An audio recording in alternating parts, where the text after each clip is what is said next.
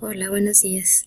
Vamos a ver a continuación algunos tipos de dietas que propiamente son modificados en consistencia y en algunos contenidos para diferentes tipos de enfermedades.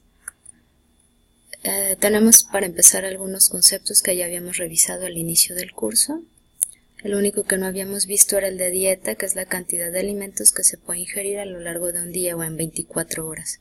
Por lo tanto, dieta no se refiere exclusivamente a someterse a restricción calórica, sino es todo lo que consumimos durante un día, así que puede haber más bien dietas equilibradas o dietas no equilibradas. Dentro de los tipos de dieta tenemos las siguientes, comenzando por líquidos claros, que como su nombre indica, nos brinda únicamente la consistencia líquida, que va a temperatura ambiente, y se recomienda utilizar solamente entre 1 y 3 días, debido a que su uso principal es para dar un reinicio a la vía oral cuando hay algunos pacientes postoperatorios, por ejemplo, o que tienen lesiones en boca o en tracto gastrointestinal y que no toleran los sólidos. Entonces, en esos momentos es cuando damos los alimentos líquidos. Se denomina claros porque deben de ser con la menor cantidad de residuos posible. Y ojo, mantenerla por más de 3 días puede ocasionar ya deficiencia calórica y además en nutrimentos como vitaminas y minerales, que esto podría llegar a ocasionar algún proceso ya de malnutrición o desnutrición, o de mala absorción incluso. Otros momentos en los que se indica este tipo de dieta transitoria de nutrición parenteral total, que es NPT, es cuando están siendo alimentados los pacientes a través de los vasos sanguíneos, y cuando ya dejan ese tratamiento y van otra vez a la vía oral, empezamos con líquidos claros. Cuando hay intervenciones para una exploración, como una laparoscopía de tracto gastrointestinal, por ejemplo, se trata de que la vía intestinal y el tracto gástrico esté completamente limpio. Entonces, si comemos sólidos, lo ensuciamos y la cámara para hacer el estudio ya no puede observar bien el tejido.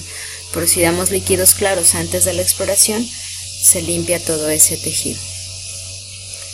En pacientes muy débiles que no pueden siquiera masticar, también se puede utilizar. Estos son algunos de los ejemplos de lo que se puede dar. Si se fijan, propiamente son con muy poco de energía y no hay residuos. Una situación importante aquí es que de preferencia hay que evitar todas las bebidas que puedan contener cafeína, por ejemplo los tés o el café. Los caldos pueden ir pero sin grasa, hay que desgrasarlos, para ellos se enfrían un poco y la grasita que se forma encima se quita. Luego, si seguimos la transición de una persona que no consumía alimentos por vía oral porque estaba con nutrición parenteral, y ya hicimos líquidos claros el primer día, la siguiente dieta que se sigue es de líquidos generales. Es transición de líquidos claros a generales. También son a temperatura ambiente, también son de máximo 1 a 3 días. Son líquidos colados propiamente. Ya pueden aportar un poco más de energía de proteínas. La de líquidos claros solamente aporta alrededor del 30% de la energía que se necesita, por eso puede ocasionar desnutrición. Líquidos generales aporta un poquito más, pero si hay restricción además de consumir los lácteos, entonces aporta menos energía todavía. Aquí hay algunos ejemplos de ellos, propiamente son puros alimentos licuados y colados, pero sí dan un aporte más de grasa, sobre todo si se incluyen lácteos. No se permiten trozos de fruta, ni de cereales, ni de leguminosas, ni de oleaginosas. Pueden ser caldos, gelatinas, lo que son natillas, postres que sean muy suaves, o las fórmulas enterales que ya vienen enlatadas. Si continuamos con estas indicaciones, pues bueno, están indicadas para personas que no puedan masticar, deglutir o ingerir sólidos, que tienen estenosis esofágica, que está paralizado el esófago en alguna parte o que puede tener alguna lesión. Por ejemplo, las personas que tienen gastritis. Y si seguimos con la transición, posiblemente hicimos primer día líquidos claros, segundo líquidos generales, al tercer día puede ser puré, o a veces en el mismo día, en la mañana te dan líquidos generales y en la tarde o en la noche ya te dan puré si es que lo toleras. Se incluyen pues alimentos líquidos, pero también hechos puré o papilla, como con los bebés. No hay tanta restricción en nutrimentos porque ya se incluye casi todo tipo de alimentos. Se indica para personas que tampoco pueden masticar, en bebés que inician su proceso de ablactación, cuando hay inflamación o ulceración en alguna estructura de cavidad oral o del esófago, cuando no hay dentadura, posoperatorios, cuando hay problemas por sangrado o irritación de encías por radiaciones en la cavidad oral. Y aquí hay algunos ejemplos también. Aquí hay que tener en cuenta la posible tolerancia del paciente a los alimentos ácidos. De eso depende si se puede incorporar un poco de yogur o algún cítrico dentro de las preparaciones. Condimentos se pueden utilizar, pero también van a tolerancia del paciente. Si seguimos la transición, después de hacer una dieta en pura, lo ideal es que te pasen a una dieta blanda. Y hay de estos dos tipos, la blanda mecánica, que simplemente implica que sea una textura suave para la masticación, y se puede usar para prótesis dentales mal ajustadas, personas también con debilidad para masticar, disfagia, estenosis, pacientes con radiación en cavidad oral también, o como dieta transitoria, ya les decía, en un posoperatorio. Aquí hay algunos de los ejemplos. Aquí únicamente están, por ejemplo, al final las galletas. Hay galletas suaves y hay galletas duras. Si son de las duras tendrían que ser remojadas para que las pueda tolerar bien el paciente. Y además tenemos la blanda de tipo químico, que son alimentos suaves, pero además son libres de irritantes o de condimentos que puedan ocasionar que algún proceso inflamatorio de la cavidad oral se haga todavía más grave. Hay dietas modificadas en fibra y residuos. La fibra, pues recordemos que es la parte que contiene a las vitaminas, minerales y líquidos en las frutas, las verduras, las leguminosas. Ahí encontramos fibra. Y tenemos de tipo soluble, que son gomas, mucílagos, pectinas, que son propiamente toda la parte de la pulpa de frutas, verduras, leguminosas, la parte de adentro. Y la insoluble, que es la parte externa que implica todas las cascarillas, lo que conocemos como celulosas, hemicelulosa, ligninas, y que todos estos son lo que conforman precisamente al papel y al cartón, que también son fibras, ¿no? Solo que de árboles.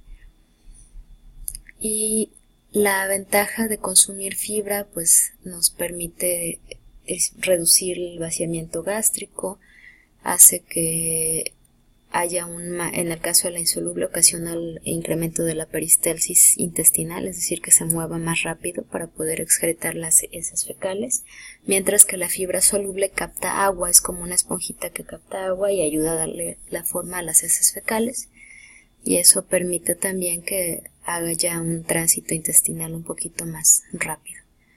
Si las heces fecales se quedan mucho tiempo en el intestino, generan demasiado gas, mucha fermentación por las bacterias intestinales, y a la larga, si esto se repite continuamente durante años, pueden ocasionarte lo que es el estreñimiento continuo. Después puede haber hemorroides, y a la larga, si continúas con malos hábitos de no consumir fibra en cantidad adecuada, ni agua en cantidad adecuada, ni ejercicio en cantidad adecuada, puedes llegar a tener tumoraciones y hasta cáncer intestinal. Otra ventaja de consumir las fibras es que nos ayuda a reducir, sobre todo la fibra de tipo soluble, reduce del 20 al 30% del colesterol de la dieta que estamos consumiendo, que nos ayuda a captarlo en el intestino y lo eliminamos por heces fecales. Y bueno, tenemos aquí algunos ejemplos de las fuentes de fibra que podemos tener. Propiamente si comemos leguminosas, frutas, verduras, estamos consumiendo fibra y sin quitarle la cascarilla. Lo recomendable en una dieta es que haya de 25 a 30 gramos de fibra. Cuando queremos una dieta alta en fibra para alguien que tiene, por ejemplo, una hipercolesterolemia, una persona con diabetes, que le ayuda a que la fibra le ayuda a que se reduzca el vaciamiento gástrico y por lo tanto que no se absorba la glucosa tan rápidamente a nivel intestinal, pues damos dietas elevadas en fibra, que hablamos de 35 gramos por día. Están indicadas también en situaciones de cáncer, en estreñimiento, diverticulitis, diarrea. En la diarrea específicamente la fibra soluble. Si damos de la insoluble vamos a ocasionar que haya más diarrea. Si damos soluble ayudamos a que se mejore la captación de agua y que no se nos deshidrate tan rápidamente el paciente a nivel intestinal.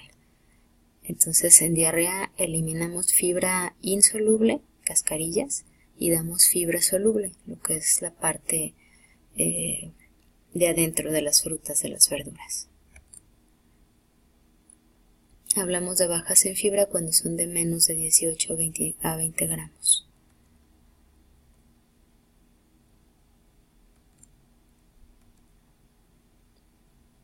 Hay veces que necesitamos dietas bajas en residuo, que es cuando damos esos 18 gramos de fibra, porque a veces se va a hacer algún tipo de estudio, o a veces hay una enfermedad como una parálisis intestinal, y entonces sí se tiene que reducir un poco, o posquirúrgicos de intestino también. Vamos a las dietas hiposódicas. Son las que están restringidas en sodio, y de estas tenemos diferentes. La indicación va a depender de la cantidad de sodio, pero en general se usan para eventos cardiovasculares, hipertensión, insuficiencia renal, edema. Tenemos sin sal añadida, que equivale a 4 gramos de sodio por día, donde se limitan alimentos con elevada cantidad de sodio, que es más o menos el equivalente a media cucharadita de sal de mesa sin copete. Restricción leve de sodio, 2 gramos por día, que se puede utilizar en edema, en insuficiencia renal crónica o hipertensión sin crisis elevada, solo hipertensión controlada, que es más o menos un cuarto de cucharadita por día. Restricción moderada, 1 gramo por día, que es apenas ya como 2 pizcas de sal, en enfermedad cardiovascular, enfermedad renal aguda, hipertensión descontrolada.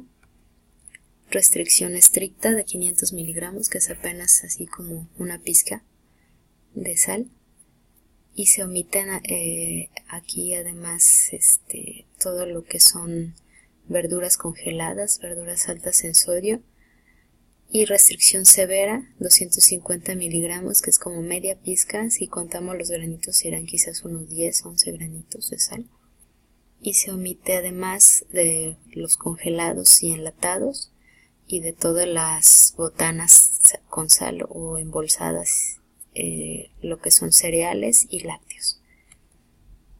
Tenemos dieta baja en oxalatos para litiasis renal, es decir, con formación de piedritas en riñones.